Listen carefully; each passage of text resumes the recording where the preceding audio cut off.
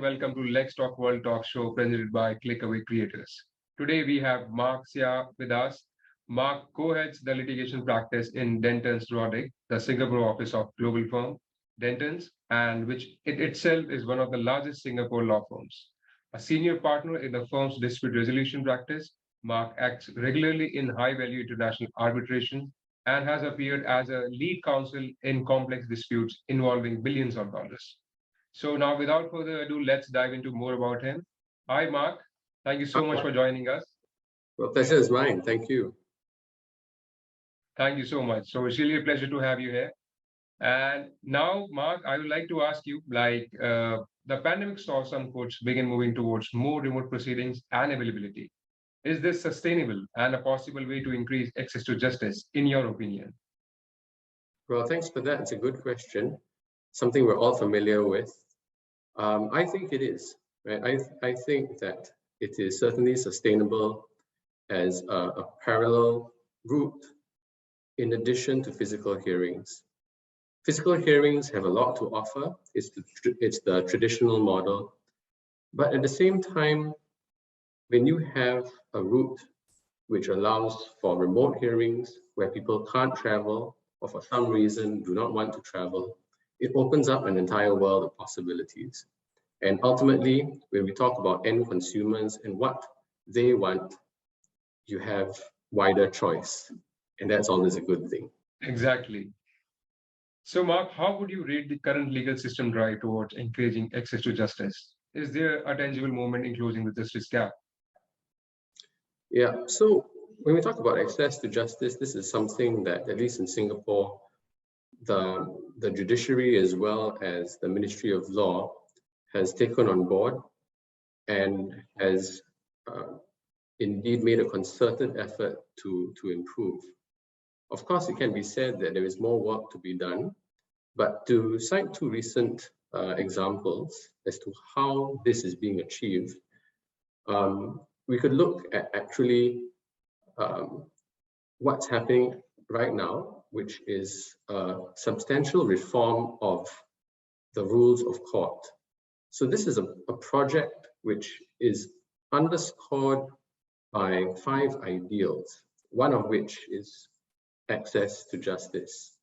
This is something that the rules of court and indeed the legal system as a whole prioritizes. And what is being done in this particular instance is to streamline the rules, modernize it, turn it such that the common man has greater access to justice. And these rules will be put into place come 1st April this year. So it's an ongoing project and something that indeed will transform the legal landscape in Singapore, particularly for that purpose. Another thing which has been done of late, also centered on this issue, is a transformation of the third-party funding landscape. So in 2017, there was some fairly key amendments made, right, to the Civil Law Act. This essentially allowed third-party funding for arbitrations and certain other proceedings, international arbitrations, and certain other proceedings. And that has been a welcome change, principally because it has allowed both those who are impecunious, indeed companies which seek to recalibrate the risk, manage risk better, deal with the issue of cost in a new way. But if we look at it broadly, that again is something geared towards access for justice. And just last year, further changes were made. So the government, as you can see, is taking incremental steps towards enlarging the sphere by which justice can be reached. All right, so that was very nicely explained, Mark. So further, I would like to ask you, we are in the era of legal technology, and what are the most common tools used for you? Well, for me, I think it runs the gamut. At the start of proceedings, we would typically have to file documents via e-litigation in Singapore. So that's in court proceedings. And the the entire spectrum is a computerized electronic filing. In fact, if we talk about hearings, as mentioned a while ago, very often we do have remote hearings, and that, as I said, is likely to be a trend which will continue in parallel with the physical hearings. So at the same time, while your hearings may be transcribed, also by electronic means in the court process as well, it is likely that a number of different tools will be used. So for myself, again, it is a variety. I do document management by way of electronic means. Similarly, when we talk about searches, but I think your question has got a deeper level, and that's really what is the extent to which lawyers in Singapore, and indeed in many fields, in many jurisdictions, are willing to embrace technology, right? And to me, I think it is quite a clear trend, something that will continue. The degree of penetration is very clear, and I think it's something which is set to increase in the future. Exactly. So as we all know that time is money in any profession, and in legal it's most of all. So how do you ensure to make the best use of your time as a lawyer? I suppose it boils down to one word, right? Efficiency. At the end of the day, as lawyers, we cannot bill a client for work which could have been done at lower cost or more efficiently, and we can't bill for that inefficient portion of work. So it's then incumbent upon me, or indeed any lawyer, to work as efficiently as possible.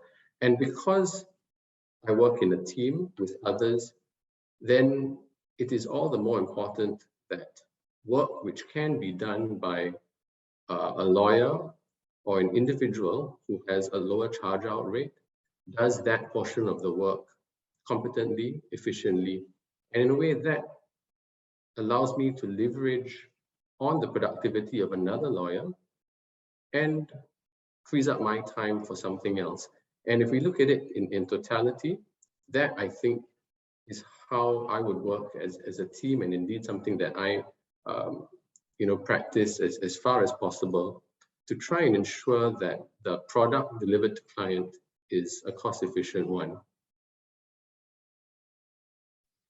I understand. So what issues should the legal industry be more concerned about?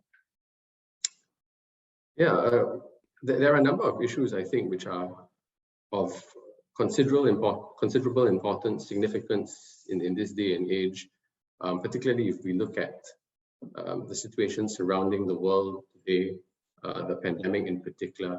But if you ask me what really matters, I would boil it down to two main things.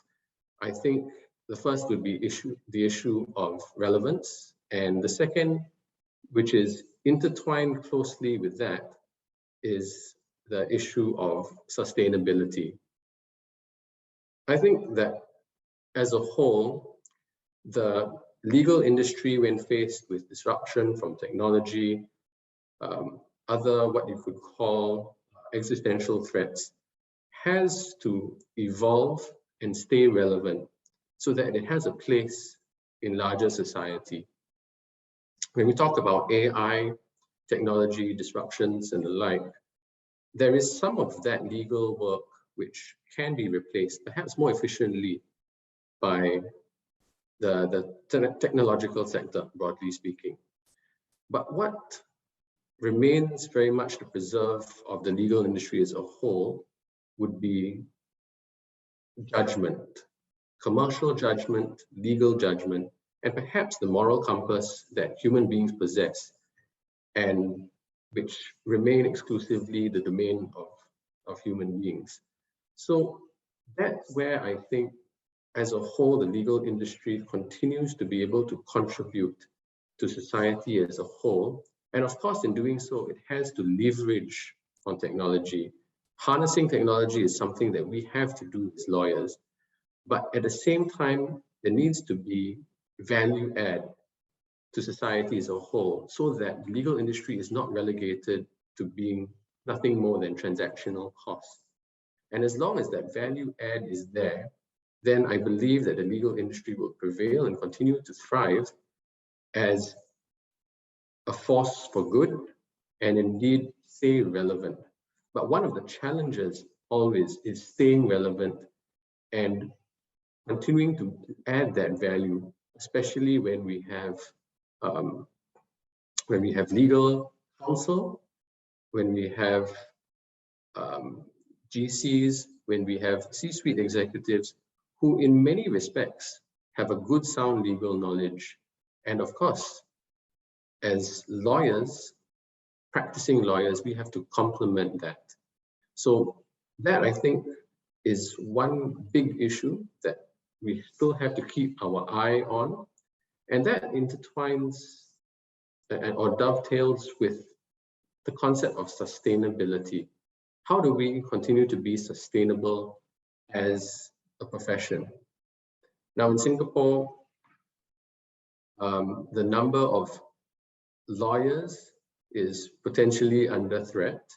If we look at year-on-year numbers, in 2021, there were 30% more lawyers who left the profession as compared to 2020. Most of those lawyers were junior lawyers. And that, of course, triggers a very important conversation that the industry in Singapore collectively must have as to what is the cause of this. And indeed, to the extent that we can arrest the trend, it is incumbent upon us as the more senior members of the bar to do so. And if people leave for matters of interest because they, everyone has a entitlement to choose what life they would like to carve for themselves, well and good. But I think it is important then that the industry as a whole make sure that people are not leaving for push factors. And that ties in with the concept of relevance, because people, even lawyers as themselves, have to continue to see the value that they add. They have to continue to recognize the purpose that they are serving. And I believe that with the relevance and the perception that they continue to be relevant, that this will help sustain the profession and see it into the future. I understand, but I would just like to add one more thing here. Like, no nation, would be concerned when they have legal professionals like you. So, yeah, it's really nice. And now, as you all know, that as an individual or as a working professional, we always have some plans for the future or perspectives for the future that is going to come. So, what does future readiness mean to you, and how do you ensure that you remain future ready always? Well, that's a very important question. So to me, the future belongs to the brave. It belongs to those who have the courage to realize their dreams. It's often been said that we'd have to dare to dream big. And of course, one must have the resolve, the single-mindedness of purpose to see those dreams to fruition. I think for the legal industry as a whole, we have to adapt, be flexible, continue to embrace technology, continue to stay relevant, and tie that together with the overriding concept of courage, right? Where as a whole, when we look at the future, that we don't shy away from the things which are unknown, from the things which are daunting, but rather we meet the challenges with confidence.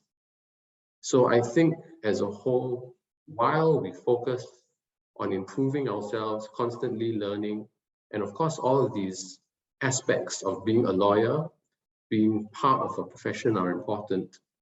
Overall, we need to meet the future head on, bravely, knowing that ultimately it is us as a profession which can steer the destiny. So to me, that's the key that will take us into the future.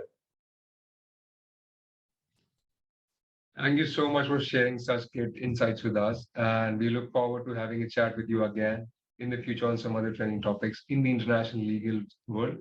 And for our viewers, if you like this chat with Mark Seah, please like and share this video and also subscribe to Clickaway Creators YouTube channel to appreciate what we do.